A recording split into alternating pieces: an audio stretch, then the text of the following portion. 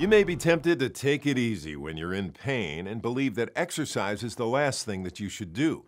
It turns out that exercise can help you deal with some types of pain. Lurene Cachola is here with tips on how some workouts can help you look good and feel great. Lurene? That's right, Joe. And for certain types of back, knee, or hip pain, exercise can actually help improve your pain threshold. And here to help us with this is personal trainer Wendy Holmes with some advice about exercise that we can do for this type of pain. Thanks for joining us. Thanks for having me. Now, I know I've had relatives that have had back pain before, and the advice was just don't move.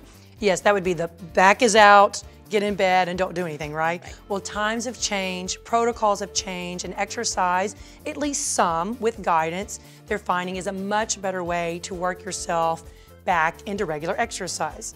So I brought with me today a ball. I thought maybe we would focus on the back. It seems to be the #1 chronic injury or #1 injury for those that exercise or don't exercise is in the back. So let's do some exercises for that. Great. You head down to the mat. Okay. And I brought with me a ball. And what I want you to do is put your legs, literally rest them all the way on the ball. Just rest them That's here. right. And then you're all the way in your back. Arms are at your side, palms up even, and really let yourself just be the mat, right? Let your spine relax. You're letting the muscles of the back, which normally the responsibility is to hold you in the upright. This way, with the legs supported, it allows your muscles and your spine to release, to allow them to be without, engaging and can help you move through your spasms or your backaches and move on from there. And this is really comfortable, relaxing. It's very comfortable. A lot of times, if you're in your bed, you don't have the exercise ball, so this is a way to, so you're not completely releasing the back even when you are in your bed. This is a better way to do it. So from here, let's, actually before we go to the other way, bring one leg in to your chest and let the other leg long. This is another way to help release in the back by bringing one knee in, letting that leg go long, bringing the other knee in. You can even bring both knees into the chest at the same time.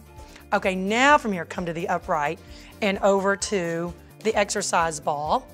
And you're gonna let your spine relax in the other direction. So you're rounded over the ball.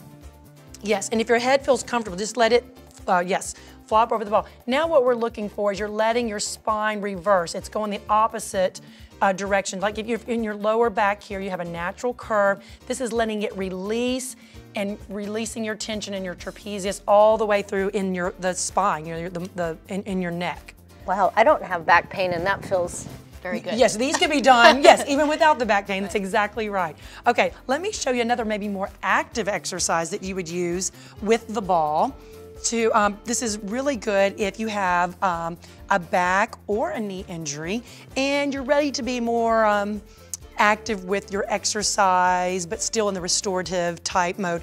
You just go down into a wall squat, deep, like you're gonna sit in a chair, and my back is not, is released, it's against the ball. I'm engaging my abdominals, my quads are really working here, so I'm getting exercise, but not at the expense of my knees or my back.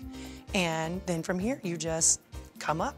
Now, Wendy, I know you recently had an injury, and you said you had some really good advice about rehabbing. Yes, this was great. So as you're moving through an injury or pain, the physical therapist recommended if you're doing an activity and you notice that the pain kind of comes back or bothers you 3 days or more, that you've probably done too much or you've done it too long, so you need to back off.